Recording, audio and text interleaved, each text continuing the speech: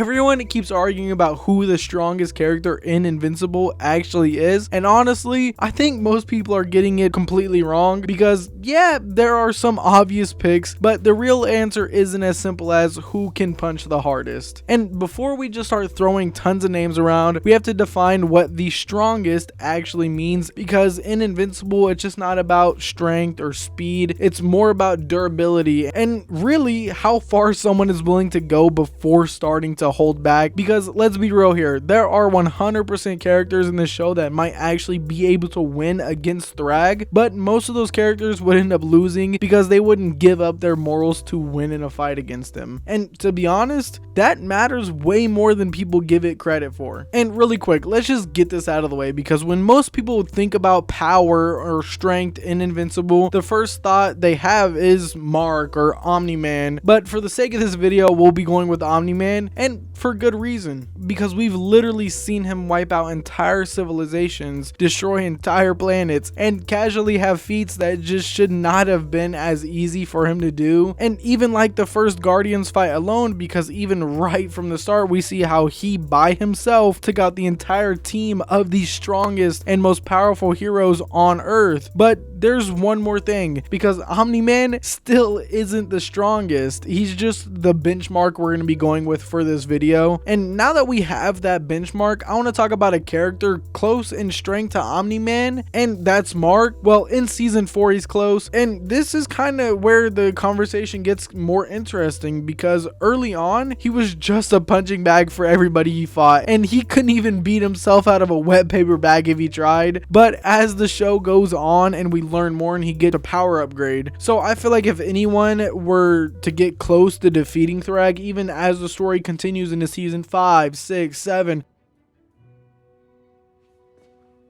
say that again, it would 100% be Mark. And currently the only thing holding him back from putting up a really good fight is his morals. His morals are holding him back from just going as far as he can, unless you're like Conquest and you kill someone he loves, because that like gives him a power upgrade and he'll just wipe you out. Which also brings me to say, if Mark were to stop holding back completely and he completely lost it, he probably is one of the only characters that would be as strong as Thragg or even close in the entire series. But right now, he doesn't even stand a chance, let's be real. And I said things get interesting, but this is where the conversation really gets a bit more nuanced, because with Thragg, if you know, you know. And this guy's about to show up with a whole lot of issues for our main characters, and he really is on a completely different level compared to everyone else. Like, he isn't just stronger than Nolan, he is really one of the only characters who never hesitates. Not to mention, he was literally born to be a warrior, not like Nolan, not like every other Viltrumite. Like, he literally was part of a selective breeding process of the already strongest of the strong to produce an even stronger kid. And right from birth, he was being trained in every form of combat known to man or Viltrumites. But like, his strength is incomparable to anything we've seen so far. And now the conversation isn't even good guy versus bad guy. It's more of a, these characters will just get beat instantly. And even if Nolan and him were to fight, I have no doubt in saying I think Nolan would probably lose, because Thragg doesn't hesitate and he's just ruthless, and he is.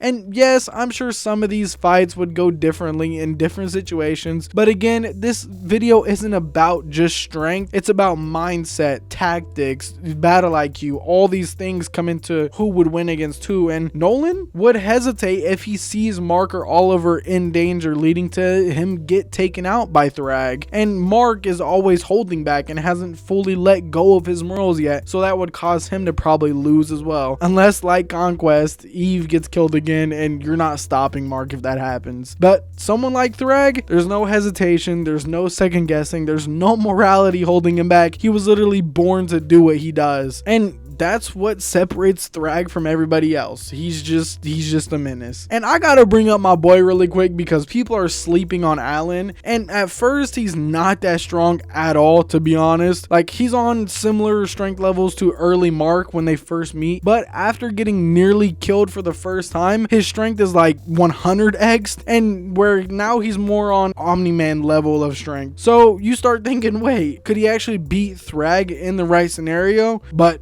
let's be real. He's not stopping Thragg. He's getting spanked just like Nolan. Because Thragg wouldn't even have a second thought. I think it's a low difficulty battle. Like, Thragg is just gonna show up, spank him. Alan will probably come back stronger, which good for him, but he's not beating Thragg, at least in their first encounter or where their strength level is at right now. But on the other end of that, we have a character who, out of all of the other characters I've mentioned, actually could beat Thragg, and probably will if it comes down to it. And that person is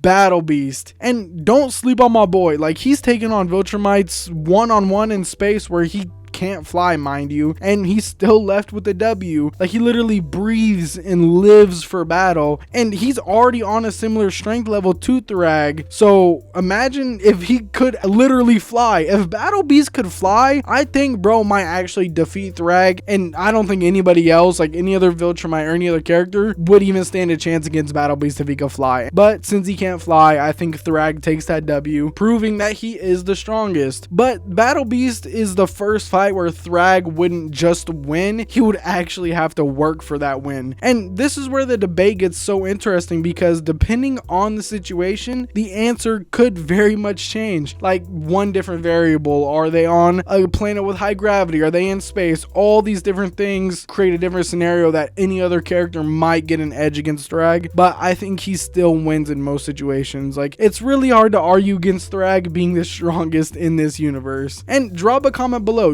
do you think Thragg is unstoppable like I think? Because I already know someone's gonna disagree with me on some of these takes, and that's okay. Just let me know down below. And if you're new here, stick around. We talk about stuff like this all the time, and as always, stay curious and keep the conversation going.